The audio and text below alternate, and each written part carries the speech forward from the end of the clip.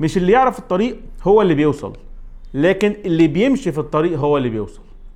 الصعب مش البداية، الصعب انك تفضل في مكانك من غير اي تطوير. اذكى ناس في العالم ما بتنطش مرة واحدة، هي بتتحرك تدريجي. خليني ابدأ الحلقة دي بسؤال مباشر جدا. لو انت دلوقتي صفر خبرة في السفر، صفر خبرة في الشغل الاونلاين، وصفر فكرة عن الاقامة او عن الدول، هل تقدر تبقى ديجيتال نوماد؟ ولا الموضوع هيحتاج سنين ولا هيحتاج تفكير؟ استنى، لان الاجابة هتفاجئك على فكرة. خليني اقول لك حاجة صادمة من البداية. اغلب الناس اللي بقت ديجيتال نوماد ما بدأتش اصلا وما كانتش جاهزة، ولا عندها فلوس كبيرة، ولا عندها خطة واضحة، ولا حتى كانت فاهمة الطريق كامل ازاي. لكن الفرق بينهم وبين ناس تانية انهم بس بدأوا. فخليني ابدأ معاك من الصفر الحقيقي. في 5 مراحل اساسية لاي حد عايز يتحول يبقى ديجيتال نوماد. خلينا نتكلم عنهم.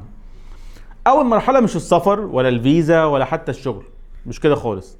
اول مرحلة هي الدخل. طيب خليني اوضح لك شوية. لو ما عندكش دخل اونلاين يبقى كل الكلام اللي بعد كده مجرد حلم. دي الخلاصة. مش مهم انت موظف، مش مهم عندك بيزنس صغير، مش مهم بتعمل ايه دلوقتي، المهم سؤال واحد بس: هل دخلك ممكن يجي من اي مكان في العالم؟ لو الاجابة لا، يبقى ده اول هدف لازم تبنيه واحدة واحدة.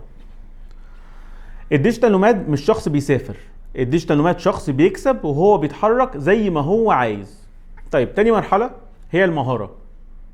مش اي مهارة تنفع تبقى ديجيتال نوماد، لكن مهارة قابلة للبيع اونلاين بحيث تبيعها من اي مكان.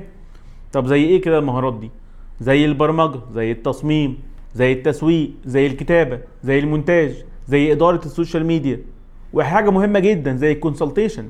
يعني لو انت عندك خبرة في اي مجال تحول نفسك لبراند، البراند ده هيخلي الناس تيجي تطلب منك استشارات. فلو انت عندك خبرة في اي مجال ممكن تتحول وتبقى كونسلتنت في المجال ده، وبالتالي تقدر تقدم خدماتك الاستشارية، تقدر تقدم اونلاين كورسز، تقدر تعمل اونلاين بورتفوليو، وتقدر تبيع للناس وانت في اي حتة في العالم.